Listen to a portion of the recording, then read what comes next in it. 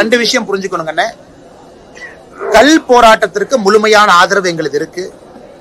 அதே கல்ல உடுமலைப்பேட்டை பொள்ளாச்சியில தலைவர்கள்லாம் நாமளும் குடிச்சு அந்த கல்லு போராட்டத்தை ஆரம்பிச்சு வச்சோம். இன்னைக்கு ஒரு தடையை உடைத்து ஒரு போராட்டம் செய்வது எனக்கு அதுல உடன்பாடு இல்லைங்கண்ணா.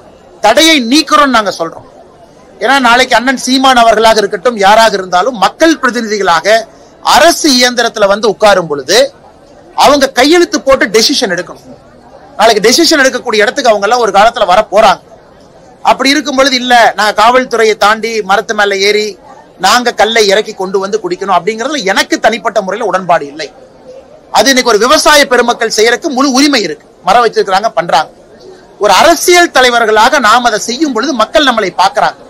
நாளைக்கு உங்க கையில நாங்க ஆட்சி அதிகாரம் கொடுக்கும் பொழுது அந்த ஆட்சி அதிகாரத்தை எப்படி பயன்படுத்த போறீங்க? சில இடத்துல காமா இருக்க வேண்டிய சூழ்நிலை இருக்கு. ஆனால் நாம் முழு ஆதரவு கொடுக்கிறோம். அதுக்கு ஜி.கே. நாகராஜனோ நீங்களோ போய் ஒரு மரத்து மேல ஏறி பானை உடைச்சு காவல்துறையிட்ட சண்டை போட்டு நீங்க ரோட்ல கல்ல குடிப்பீங்களான்னு கேட்டீங்கன்னா நாங்கள் அதை செய்ய போவது இல்லை. சட்டப்படி தடையை தகர்த்து விட்டு களத்துக்கு வர்றோம். ஏன்னா அதுதான் ஒரு அரசியல் கட்சிக்கான அழகு. அதே நேரத்தில் அது சீமான் அண்ணன் ஸ்டைல். நான் சொல்றதுனால சீமான் அவர்கள் நான் கிரிட்டிசைஸ் பண்றேன்னு கிடையாது. அது அவரு ஸ்டைல். முதல்ல இருந்து அவருடைய அரசியல் அந்த ஸ்டைல்ல பண்ணணும்னு விரும்புறாங்க. பாரதிய ஜனதா கட்சி ஒரு பொறுப்பான கட்சி, மத்திய ஆட்சியில் இருக்கும்.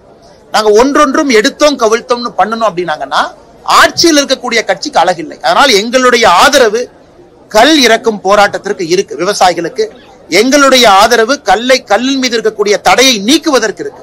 அதை சட்டப்படி நீக்கிவிட்டு நாங்க களத்துக்கு வர்றோம். ஆனா நீங்க மரத்து மேல ஏறி பானையை கட்டி இறக்கி கொண்டு குடிப்பீங்களா அப்படிங்கிற கேள்விக்கு விவசாயிகள் இறக்கி கொண்டு வரும் பொழுது குடிக்கிறோம். கேஸ் எங்க மேல போட்டுங்க. காட்சிப்படி நாங்க அதை செய்யும் பொழுது வேறு தரப்பட்ட மக்களும் நாளைக்கு உங்க கையில நாங்க சட்டம் ஒழுங்கு கொடுக்கும் பொழுது அதை சரியா பயன்படுத்துவீங்களா அப்படிங்கிற டவுட் உங்களுக்கு வரக்கூடாது அப்படிங்கறக்காகத்தான் இந்த விஷயத்தை பொறுத்தவரை எனக்கு சின்ன ஒரு மாற்று கருத்து இருக்கு. அதே நேரத்தில் சீமான் அவர்கள் மீது பெரும் மரியாதை வைத்திருக்கக்கூடிய மனிதன் நான்.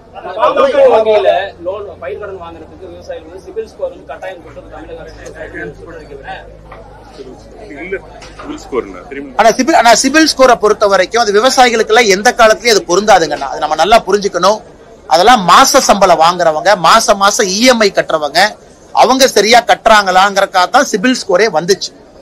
அது விவசாயிகள் போற மாச சம்பளமே வாங்காதவங்க, வருஷத்துக்கு ஒரு அறுவடை பண்ணி ஒரு நேரத்துல பணம் வரும், ஒரு நேரத்துல பணம் வராது, ஆட்டுக்குட்டி ஒரே நேரத்துல விற்க மாட்டாங்க, பக்கத்து தோட்டத்துல கடன் வாங்கி மகசூல் வந்த பிறகு கடனை கட்டுறவங்க, அவங்களுக்கு எந்த காலத்திலயும் சிபில் ஸ்கோர் பொருந்தாது.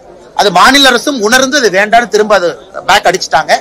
அதனால சிபில் ஸ்கோர் விவசாயிகளுக்கு யாராச்சும் கொண்டு வரணும்னு நினைச்சாங்கன்னா அது ஒரு மோசமான ஒரு வாதம். அது நிச்சயமா நடைமுறையில சாத்தியம் இல்லாத வாதம்.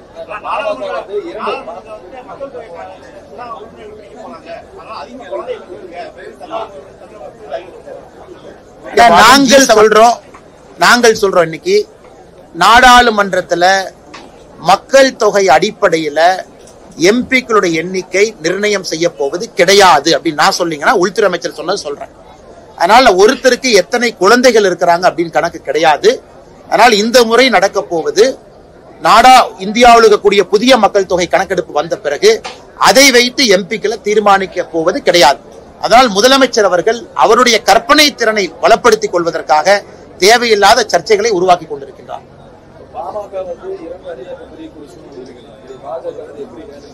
ஒரு அணி தாங்கண்ணா. நேத்து அன்புமணி அண்ணன் பேசினாங்க சென்னையில், நான் பார்த்தேன்.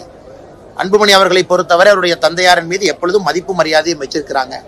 இது ஒரு சின்ன ஒரு இடர்பாடாகத்தான் நான் பார்க்கிறேன். இது ஒரு பெரிய இஷ்யூ கிடையாதுங்கன்னா. ஒரு குடும்பத்தில் இயற்கையா வர்றதுதான். அவர் கட்டி காத்தவர், சமூக போராட்டத்துல ஈடுபட்டவங்க, அவருக்கு ஒரு விஷன், இளையவர் இவருக்கு ஒரு விஷன்.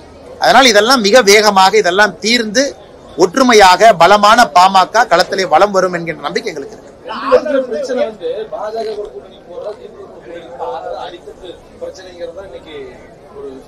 அதெல்லாம் கிடையாதுங்கண்ணா. ராமதாஸ் ஐயாவின் மீது, மருத்துவர் ஐயாவின் மீது, டாக்டர் ஐயாவின் மீது மிகப்பெரிய மரியாதையை பிரதமர் வச்சிருக்கிறாங்க. சேலம் மாநாட்டுல பிரதமர் அவர்கள் கட்டிப்பிடிச்சு சொன்னாங்க, இந்தியாவினுடைய தலை சிறந்த சமூக போராளி அப்படின்னு பிரதமர் அவர்கள் மருத்துவர் ஐயாட்ட சொல்லும் போது பக்கத்துல நின்றுட்டு இருந்தாங்க. அதைத்தான் அன்புமணி அண்ணா அவங்க நேத்து ஸ்டேஜ்ல சொன்னாங்க. பிரதமர் அவர்கள் அவ்வளவு பெரிய மரியாதை ஐயாவின் மீது வைத்திருக்கும் போது ஐயாவும் அந்த மரியாதை வச்சிருக்கிறாங்க. அதனால் இதெல்லாம் கட்டுக்கதைகள். நான் பாஜக கூட்டணி இதனால பிரச்சனை என்பது சில விஷம கிருமிகள் ஏற்படுத்தக்கூடிய கட்டுக்கதைகள்.